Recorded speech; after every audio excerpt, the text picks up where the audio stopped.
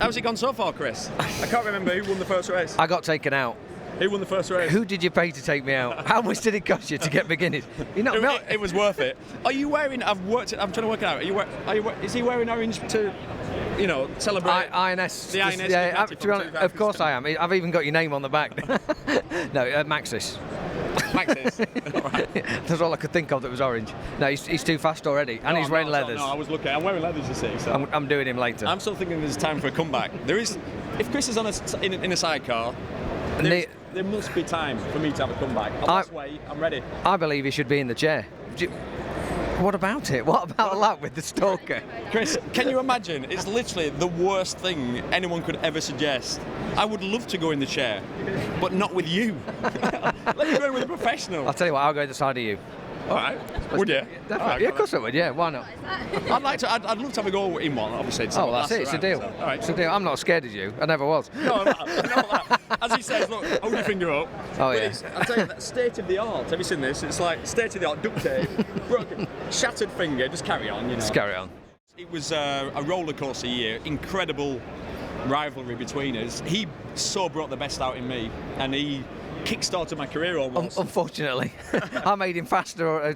Yeah, I mean it was epic battle, epic year. I had some great years. Neil was missing doing the world racing and doing a good job out in the World Championship, and then ended up back in BSB. And I was battling with Mackenzie. I was battling with Ryan. I had some great teammates. But when Neil turned up back in the UK, obviously I've been watching Neil on the TV, on the factory Ducati, and this guy suddenly come back to what feels like our championship. And so obviously I made a beeline to try and beat the lad. And we met in the gravel. Not the best place to start a great relationship, and the rest was history. It was an amazing year 2000. I'll never forget that. And to be honest, it's the reason we're both here today. Yeah. It sort of kick-started both of our careers, and we thankfully went on from there. But just the most amazing memories from that year for me. If we had a rematch, he'd knock me off again. Definitely. We're good friends now. That's what happens, thankfully. But that rivalry would never leave. And I know how much he wants to beat me, so I want to beat him just as much. And it would be harder because I wouldn't want to not be his friend at the end of it. Yeah. So the overtakes may be a little bit less harsh. Because I pretty much never overtook him without rubbing some paint on him. Yeah.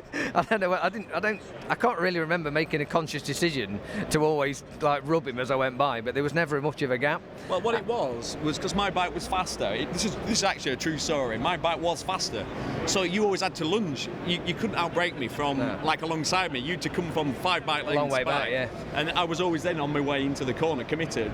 And then I just hear I'm like, oh, fuck. But as well as the BSB that year, we were lucky enough to do 3 wildcard rounds. There was 1 at Donington, 2 at Brands, and we were on the podium at them as well. And for us, that was the BSB made me and Neil what we are today. Neil went on to win a World Championship, went on to do Grand Prix.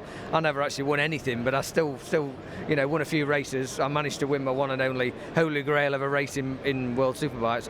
And it all culminated really from the fact that we had this clash in BSB, and the championship's grown. I mean, when you think, in '97, I was riding a Boost Yamaha, getting paid Cadbury's Boost bars for wages, and the team's truck was a horse box. And you look at what they're now, GB Moto with £1 million budget, 3 riders, all capable of winning races, 2, if not 3, arguably capable of winning the championship.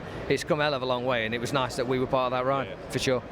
I mean, for me, I'm really excited to watch it, because I'm not going to be in it. You can't watch it objectively, can you, as such, when you're part of it? Because you say who's going to win this weekend. If you don't say yourself, people think you're not committed. If you do say yourself, they think you're a big head. It's like you can't win. But this year, for me, to watch Haslam on his comeback, to watch Ellison now established within that team, loads of people changing, Idden now up to speed, Shaky on a Ducati. I mean, nobody bet against him. If the Ducati works as well as it does in World Superbikes, on the British tracks, who knows? There's so many people, and I mean, Yamaha. Hopper, Ratboy, Stuart Easton. He's such a tidy little rider, and that Yamaha for me is the best thing he could have sat on for 2016. Tommy's obviously desperate to do a good job. That's not going to go wrong again. He's going to make sure of that. It's going to be a great season, isn't it? Good rides on BMWs, good rides on Suzuki's, good rides on Kawasaki's, good rides on Hondas. There's not a single team that hasn't got a rider that can win. it's official. I'm glad I'm not in it. I was going to say, it's official. I'm going to be glad. I'm going to be sat on the settee watching that with a cup of coffee in my hand, going, oh. I'll be doing the same. I'll be sat in a sidecar in the in the other pits. I can't wait.